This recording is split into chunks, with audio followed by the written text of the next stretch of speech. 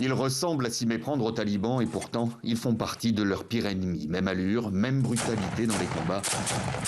Ils se sont baptisés les Sangorians, du nom d'une série télévisée très populaire qui raconte les exploits d'une armée secrète. C'est la ligne de front, les combats se poursuivent tous les jours et la situation n'est pas bonne ici. En ce moment, on peut entendre des tirs tout autour de nous. Il y a quelques jours, mon autre collègue et moi, on a été blessés pendant les combats. On se bat à une distance très proche des talibans. Cette milice a été créée il y a 6 ans avec pour vocation initiale d'infiltrer les talibans pour les combattre de l'intérieur. Elle fait partie de ces groupes armés financés et formés par les services de renseignement afghans et la CIA dans une logique de contre-insurrection. Des recrues, parfois venus des rangs même des talibans, les Sangorians seraient entre 500 et 1000 combattants.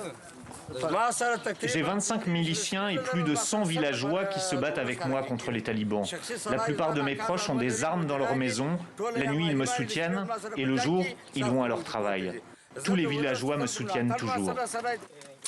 Redoutés par les talibans, ils reçoivent ouvertement le soutien des autorités afghanes. La milice, un allié très précieux au moment où les troupes afghanes font face à une multiplication des offensives talibanes.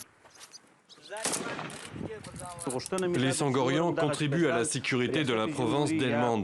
Nous demandons au gouvernement, au ministère de la Défense, de l'Intérieur et à la Direction nationale de la sécurité de faire en sorte que davantage de personnes fassent partie des Sangorians afin de défendre la province de Helmand.